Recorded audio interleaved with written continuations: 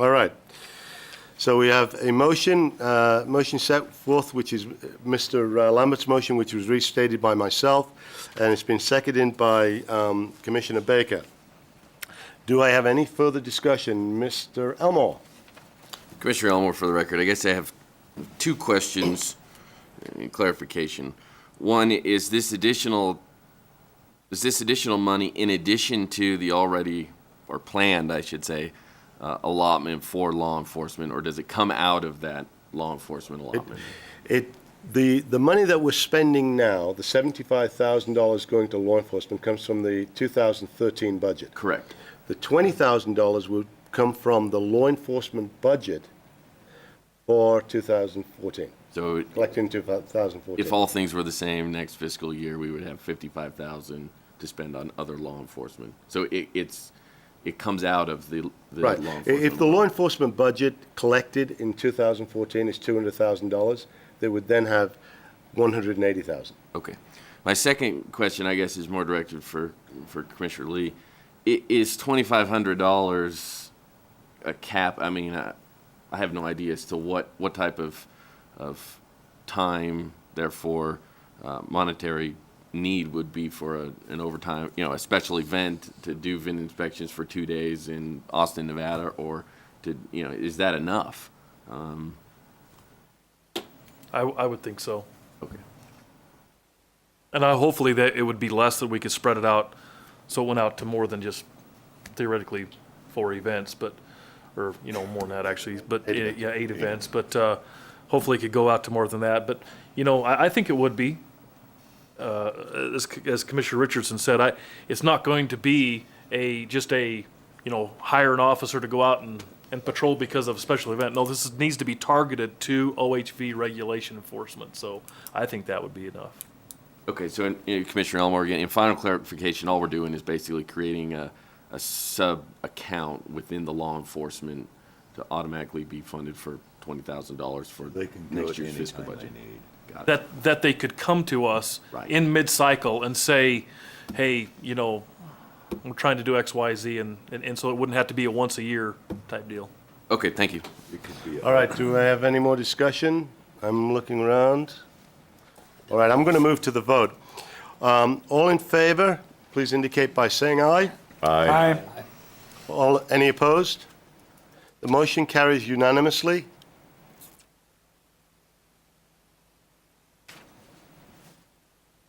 All right. Thank you, Commissioner Lee. All right. Okay, number 12.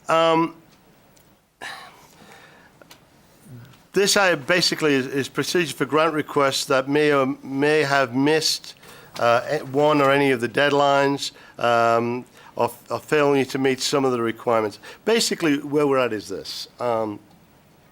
We're brand new at this, and there was a lot of administration and a lot of moving parts, including our executive secretary found another job, but was kind enough to continue with us to help us out while we did the transition to the new temporary executive secretary. So there's a lot of things happened. Basically, what I'd be asking is that we accept the 21 grant proposals that we've received, even though there are some ragged edges. For example, Mesquite had got the request in via email, but their hard copy got lost. They had sent it, it wasn't delivered properly, they had to resend it. Well, by the time they resent it, it was after the 15th. And there were several sort of little, malfunctions that happened like that. And apparently, after talking to other people who do grants, that's not unusual. So basically what I'd be asking, what I'd be entertaining a motion for, is for us to accept the 21 grant proposals that we have on the agenda and move ahead with them, even though some of them might have missed part of a deadline, but all of them were in by the 15th in one form or another. It's just that they maybe didn't get their electronic copy to us until a few days later, or had to add an odd letter or that type of thing. And I will open it up for discussion. Commissioner Richardson. Commissioner Richardson, just a note that I had. Who proofs these? Does that come out of the executive secretary? Is that? Well, we were in the middle of switching executive secretaries at the time. Kathy was brand new and jumped into this.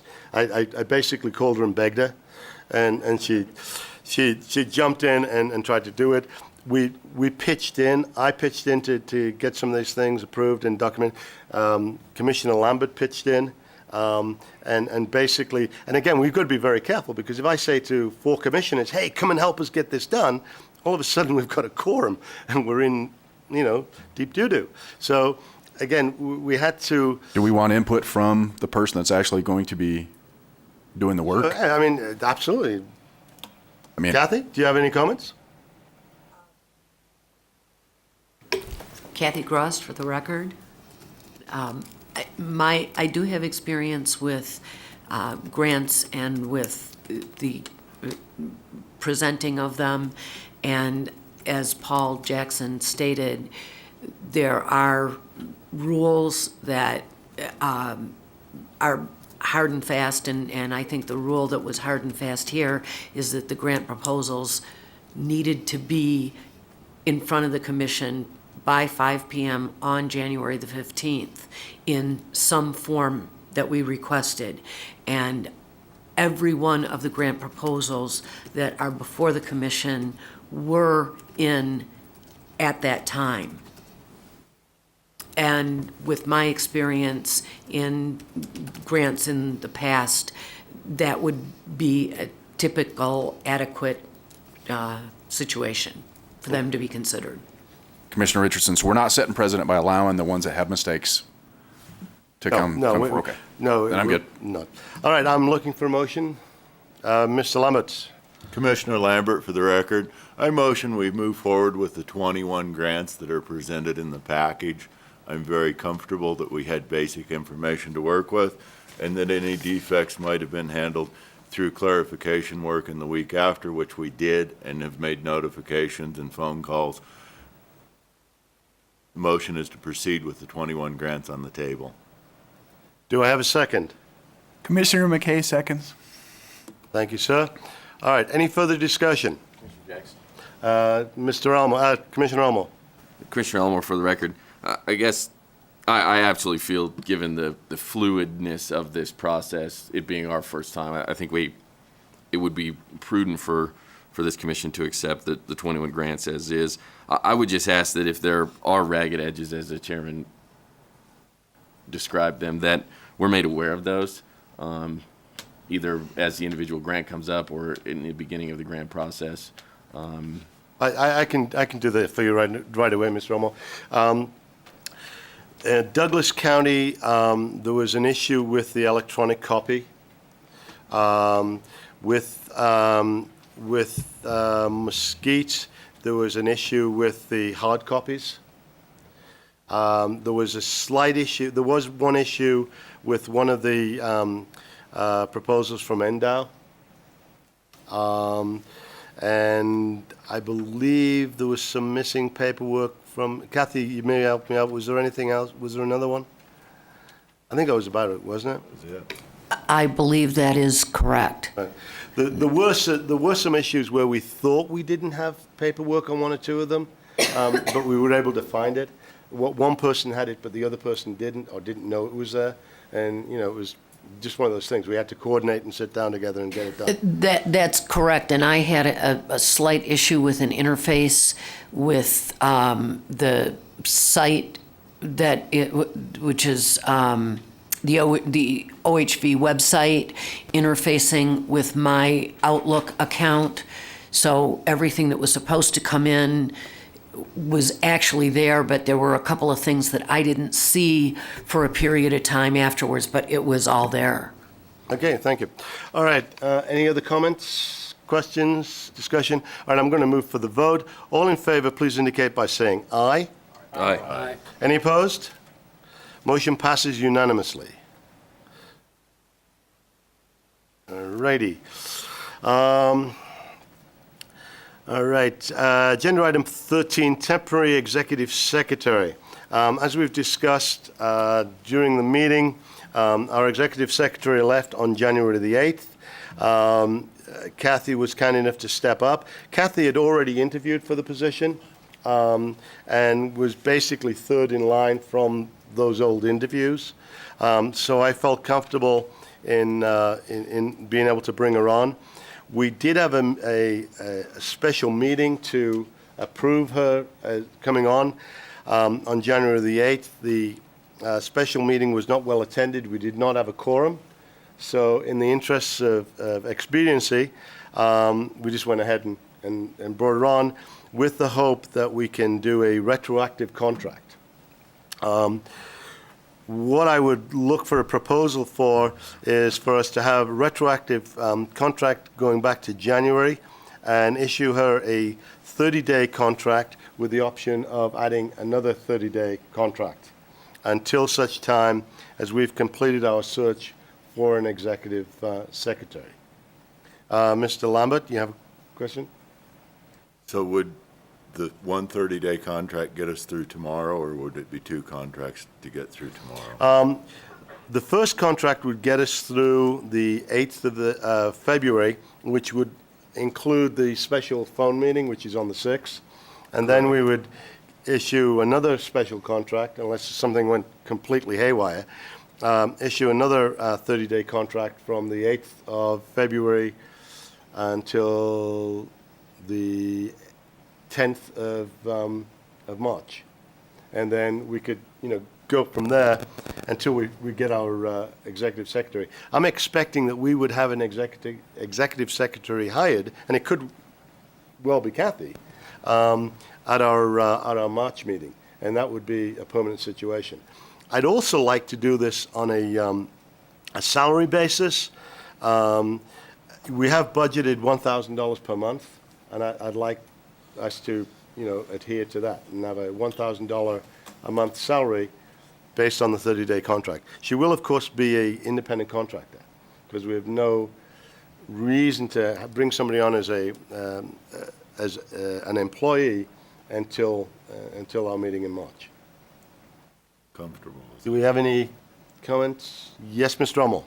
Commissioner Elmer, for the record, I guess, I don't have the date for the March meeting in front of me, but, The 20th. so if the second contract would get us through the 10th, Right. there would be a Then gap. we'd have a partial contract. Okay. And we'd word the contract that way. I don't think that's going to be an issue because it may be that Kathy is our permanent Sure. executive. But we have to go through the search procedure and we have to interview people. Okay.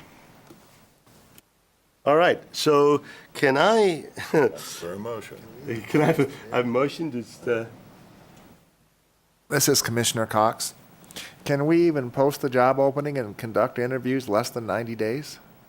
90 days should be right around the number. But if that doesn't happen, because we've said we'll do temporary contracts, we can continue the temporary contract to whenever we're available to do it. Okay. All right, can I get a motion? Is there, You want to do your own motion, or do you need one?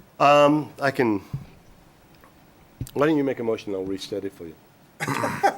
Okay, for my rewrite of motion, Gary Lambert, for the record, I motion that we move forward with a temporary employment contract for Kathy based on a $1,000 cap until we've completed our executive secretary search and made a decision.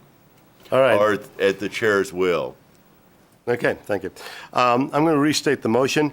The commission will engage in a 30-day contract, which will be retroactive to January the 8th. Such contract will be paid at $1,000 per month salary. The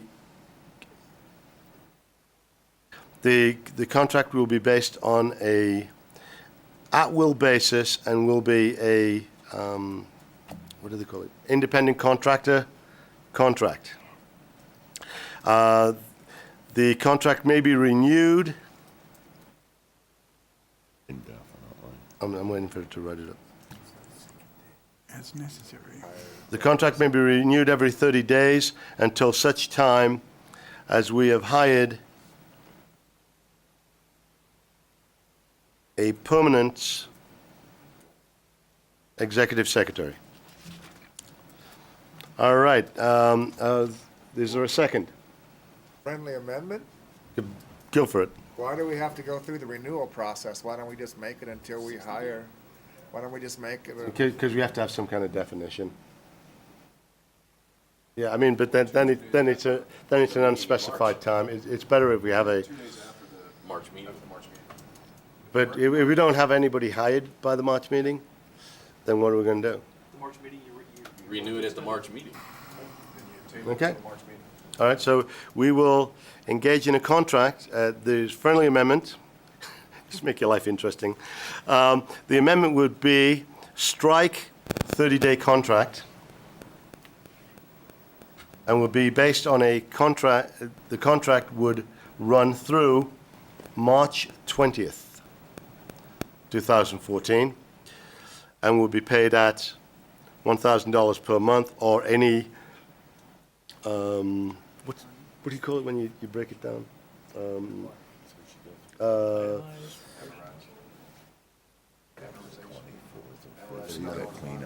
No, we can change it at that point. Yeah, prorated, yeah, I'm sorry, thank you, Kathy. Prorated rate based on that month. All right, so do I have a second? I would second that. Seconded by Mr. Cox. All right, any further discussion? All right, seeing none, I will move to the vote. All in favor, please indicate by saying aye. Aye. All opposed? Seeing none, motion passes unanimously. All right, moving right along, let's see. Executive Search Committee. As we had mentioned in the last item, we need to find ourselves an executive secretary. I would ask for volunteers to be part of the Executive Search Committee. Let's see, Commissioner Baker? I would be happy to. All right. Are there any other volunteers? Commissioner McKay? Clearly was in the military and knew if you volunteer first, you can't get ordered to do so. Right? All right. Any volunteers? All right. I'm going to put myself on that committee. As is our tradition, I will not be the chair since I'm the commission chair. So I will appoint Commissioner Baker as chair.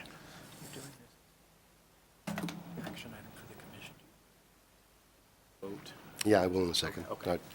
Okay. Are there any other volunteers? All right. So I will look for a motion, Commissioner Baker, to form and populate the Executive Search Committee with yourself as chair, Mr. McKay, and myself.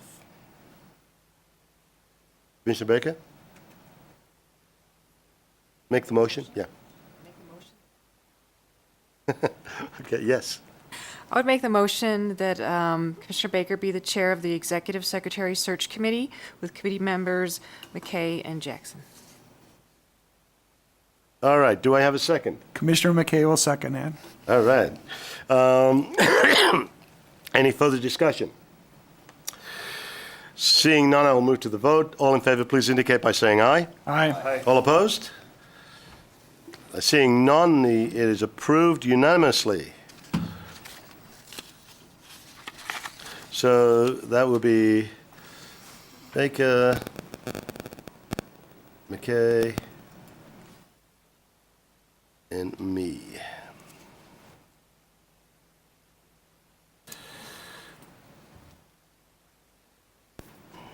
All right, item number 15, I am going to move to,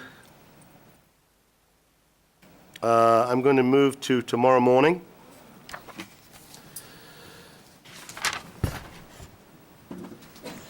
Right after public comment. All right. Okay, item number 16, is there any public comment? Please note, public comment is limited to 2 minutes. Do we have anybody for public comment? We're doing almost well. All right. At this point, we're going to take a short adjournment. Oh, I'm sorry. I apologize. Okay. Okay. Seeing no public comment, I'm going to move ahead. Again, no public comment? All right. I'm now going to take a short adjournment before we continue with the rest of the meeting. 10 minutes? Yep. Okay, we will reconvene at 10:35. Gentlemen, thank you. Paul? So- You highlighted me to do the dunes and trails, to chair that part of the Yeah. meeting. I have a financial interest, I could have a financial interest in that grant.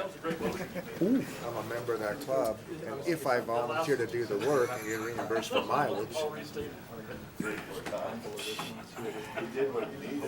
And which one is it? dunes and trails, Okay, just hand that off to me. yeah, Is it the first one or the second one? the first one. Okay, just remind me, just say Commissioner Jackson from National Trust, please. And I may not volunteer, but be reimbursed for that. Yeah, I know, because I have a similar issue with Nevada. Right, so let's say that you have an existing I contract. don't have a direct financial interest, but You obviously You know what? if they reimburse for mileage. That's suspended right now. follow yourself with. You know, 'cause we're flying blind, we have no regulation to fall back on now. So, you know, we can't say, well, this is what, I just don't want someone coming you know, we said, so. Douglas County with this new quad. Are you in So are you staying with us, or you, because we deal with them all the time? The two distinctions here is if they're coming in with free will and purchasing something, or obviously they're doing something under the open bidding, then, you know, position, I guess, to the Ethics Commission, I feel. Wasn't anything that was a direct pecuniary interest when I was doing this. But it just makes sense to ask them about it, because if you get their blessings, there's good faith due diligence on your behalf. I mean, if I were a business owner, this is what you said, and we're saying, well, look, you know, the governor put me on this. Obviously, if you're special. The challenge becomes, But on the same hand, I also don't want to be like posting that you're here. Now you can't bid on any of it. correct, because if you found out that a significant amount of this work was conflicted out on the ethics commission, said, you know, there's just too great of the appearance that you're lining your pockets through the work, obviously you would refuse. But the governor doesn't, nobody has the power to override the laws. And so the idea that you have expertise is wonderful, the public is served by it. But to the degree you find, private conclusions or consultations with the ethics commission, that it's just something that would create you. Well, and like I say, if you just read it, it's like if there was financial gain, basically you could. And I'm not even talking on this. Anything that says that That's why- improves the trail system. Well, Now more people are now going you're to getting- ride. I think- So there's a trickle down. In other words, they could. You agree there's a spectrum, right? If it's really attenuated, and sure, everything can be connected, if you have really If I'm far-reaching say I'm on philosophy. the board of one of the clubs, and the clubs get a bid, and then I vote and say, hey, we're gonna buy this unit, or we're gonna buy it here. You know, Well, I mean, then it on the really remote- kind of. on the remote And end. I'm not, but you could see more of a direct correlation. Benefiting the economy would be like one of the extreme ends of it, which somebody would, and the ethics commission would let you know what they're, somebody would argue, look, that's not a direct, I mean, sure. Could someone come into my store? Sure. Yes. But do I have existing contracts with CCSO? And if I got them, I'm not touching anything coming to me regarding CCSO. I got a contract with a DMV, rider training bikes. I mean, now I deal with DMV, but I don't have a. And you could just put you could put a I'm request. just gonna disclose everything. Yeah, but I would, I mean, if I were a business owner, and it sounds like this is a concern you have, this is my personal opinion, if I were a business owner, and I felt like I was shooting myself in the foot by being on the commission, I myself would get an ethics opinion. Adverse, me, myself, I'm not giving anyone advice, I'd say it's not worth it. Yeah.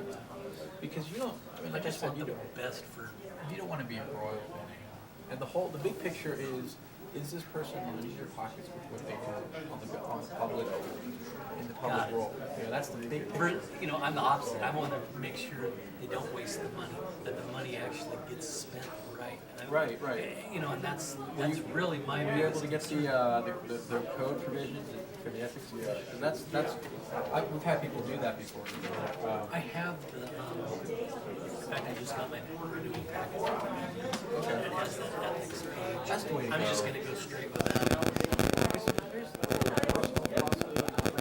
Official attorney advice is that the thing that people care a lot about is money. The thing that people argue about is money. So we're not talking about here, you know, whether to erect a sign. We're talking about whether to hand free money over to people. And that's, in my opinion, something that's likely to cause people to want to argue about anything. Got it. You know what I mean? And I'm, honestly, that's one of my big concerns. That's why I want to be involved. I want to make sure that it doesn't get Ethics wasted. commission behind you. I mean, that's. I mean, I have to imagine that would give you some peace of mind. Okay, I appreciate it. Like I said, just, you know, again, being, you know, Michael's, you know, you got a target.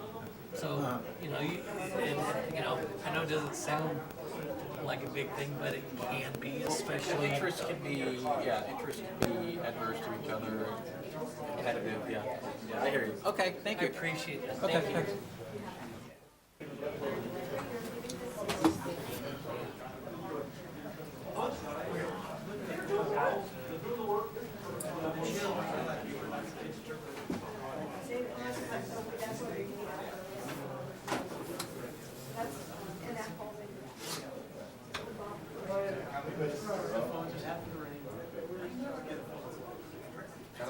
Start carrying that much stuff around, but I may have to.